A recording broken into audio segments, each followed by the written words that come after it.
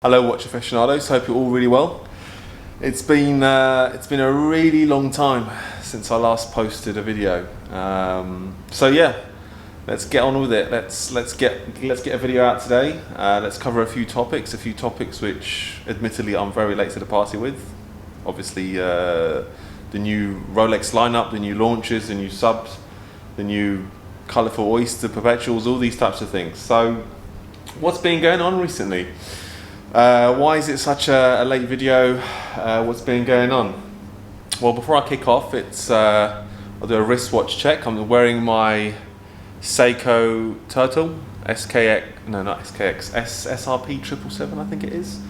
So I've got that on today. So what's been going on? What do we cover? Where do we start?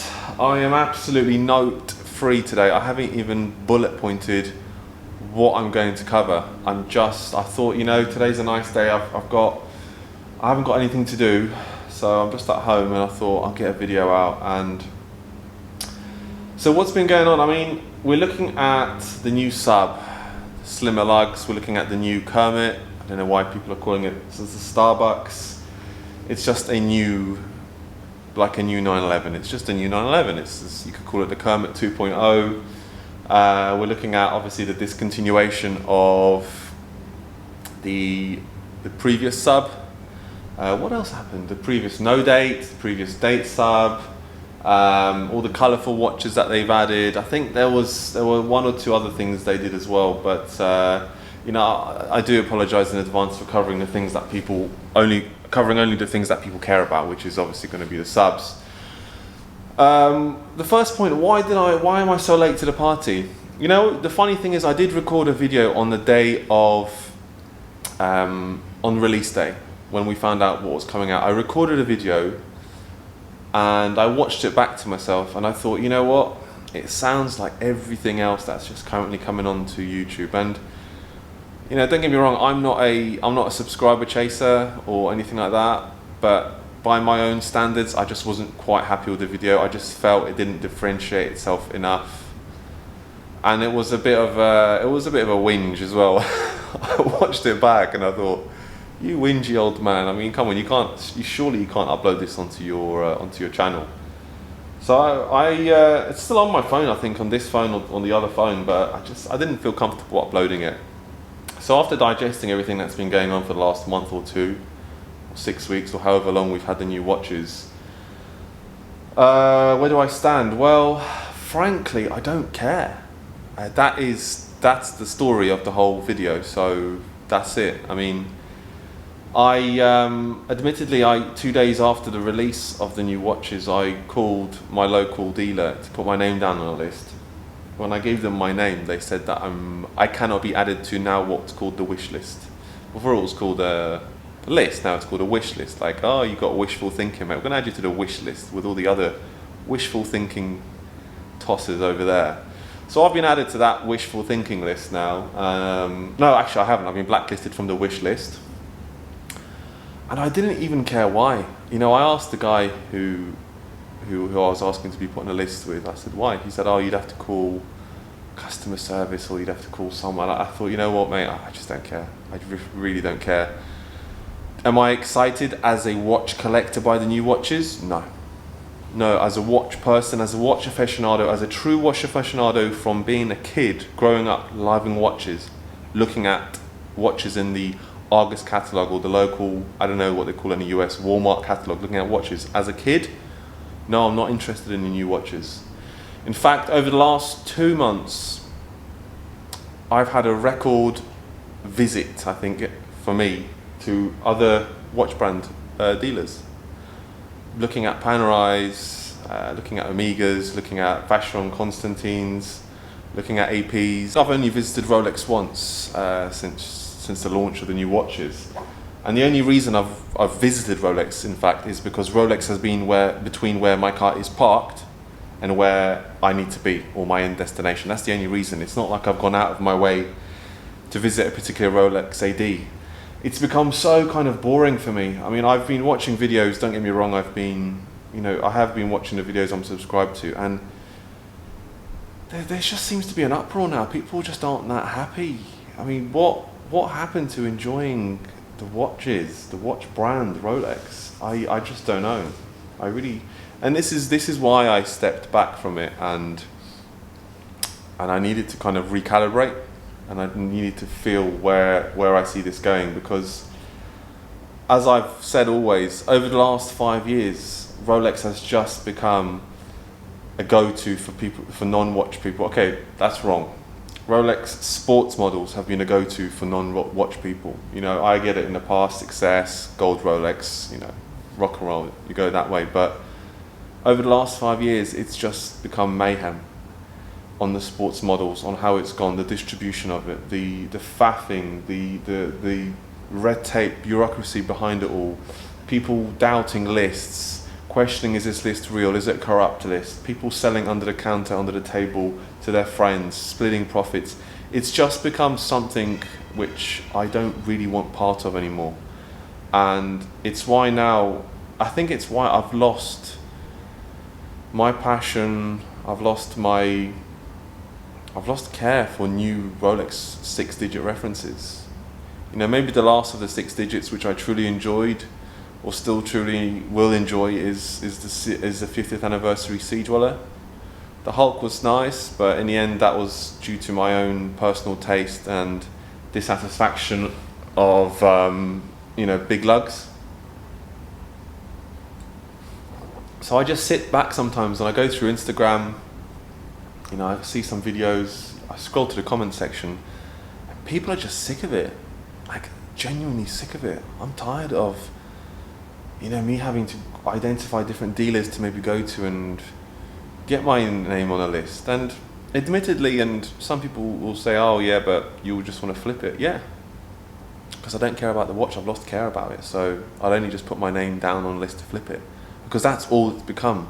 I mean, how many people are true end users? What is the definition of a watch end user these days? Well, the definition of a watch end user these days, end user, is no plastics, wearing the watch, swim in the sea with the watch on, go do stuff with the watch on, not, you know, babying the watch, buying plastics, protection plastics like for phone screens off eBay to put on your watch. I mean, there are things like that going on now. Where has it all gone?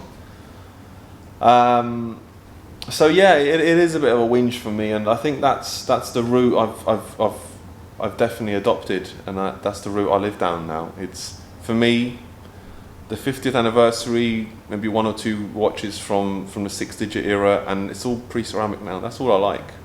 I still am yet to decide whether it's because of the watch looks or the distribution, but I think it's both. And the bullshit surrounding new Rolex sports models just puts me off the brand. And I certainly do not want to be ushered into Tudor just because of this game playing tactic. One of the things that really annoyed me during the start of COVID was when Rolex suddenly delivered loads of watches to, you know, certain groups in Europe.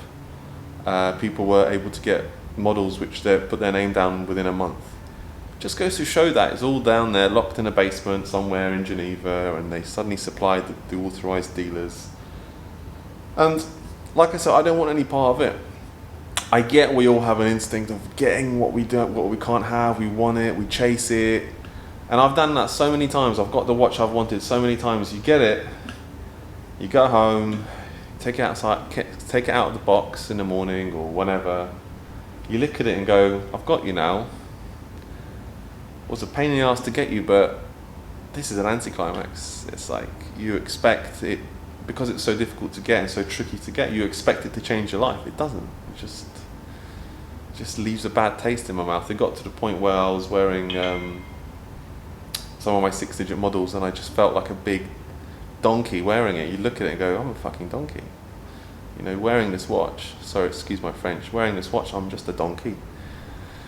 So, you know, 41, I'm not going to be discussing in this video what I think about the 41mm sub. Do I think it's a good thing? Do I think it's a bad thing? They did what they did. Does it matter? No, not any. It doesn't matter. It's interesting. Does it look any different to the average person? No, it looks exactly the same. Lugs are still a little bit bigger than they were originally on the pre-ceramics. New Kermit, nice touch. Discontinuation of the Hulk, fair enough. Only watch people will see another Hulk on someone else, not a non-watch person. I mean, this you can kind of tell in my my tone. I'm just really cheesed off about the whole thing. Just not necessarily the new models, but what has happened to Rolex in the last 4 years. And I think I'm going to echo 80% of comments that I read in all my watch channel subscriptions from other watch channels that I watch. I mean, not mine. It's just getting a bit of a faff. I recently spent quite a bit of time in the Panerai boutique. I'm considering getting a Panerai, some nice stuff there. I forgot the number now, but I think one of them was a Panerai GMT 1033, and another one was a submersible of some sort. I forgot the name. It might be a 689. Anyway, just a nice looking watch, and you can get the watch. And yes, doesn't hold value like Rolex. Big wow. I just want my watch, like I've always said, I just want my watch in a perfect world to retain 80% of its value. I mean, how can you argue with that? I mean, that if you could have retain 80% of value in anything you buy in life, bar property, you would be so happy. And everyone's just buying these watches, can't wear it because the value is in the back of their mind. It's gone up 140%. No, it's gone up 40% over what I paid for. Can't enjoy it as much because I might probably will flip it. It means you're not an end user. That's what it means. It means you're not an end user. It means you bought it, you're half enjoying it, you're kind of keeping it for the next buyer. You're not an end user. So it's changed people's psychology behind the ownership of their watch, and that's what I don't like. What has happened in the Rolex sports community? Everyone's watch ownership psychology has changed. Most people's, it has been recalibrated. It's all about the next buyer. It's all about what can this thing be worth. It's about me investing. It's about, I've done really well because I've spoken to the wife. I got this watch and it's worth 30% more now, so she's happy. Yeah, if you know how to sell it, mate, it's worth 30% more. It might not be. Could be robbed. You don't know. It might be a dodgy deal. You might meet someone somewhere and they'll take their watch and you won't get anything. You just don't know. So yeah, guys, I think that's kind of where I stand on it. And good luck to Rolex. I certainly myself won't be buying any Rolex models to wear for myself because I don't want them. I am content with what I have in my watch world. I'm content with what I have. If I have an opportunity, of course, to buy one and sell one, because Rolex have created this kind of black hole, then I will. Because why would I say no to free money? I'd be an idiot. That's the way. That's the world we live in. The new Kermit, the new sub sizes, yeah, they made the bracelet a bit thick. I think they've made the clasp bigger for some reason, a lot bigger. Yeah, proportions kind of back, cool. 40. It's actually a 40.5 mm watch. So it's up there how it should be. It's fine. Everything's fine, but the bracelet was perfect on the previous watch. All that needed doing, all that needed adjusting was the lugs, and you've made it bigger. The lugs are more in proportion now, but has the proportion been fiddled with? Have you just offset it with a bigger bracelet? I don't know.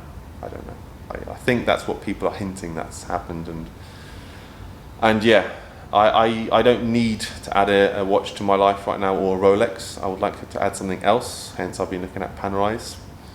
And I probably, if I can get my hands on one and do a review or a sort of unboxing or anything like that, I'll happily do that, guys.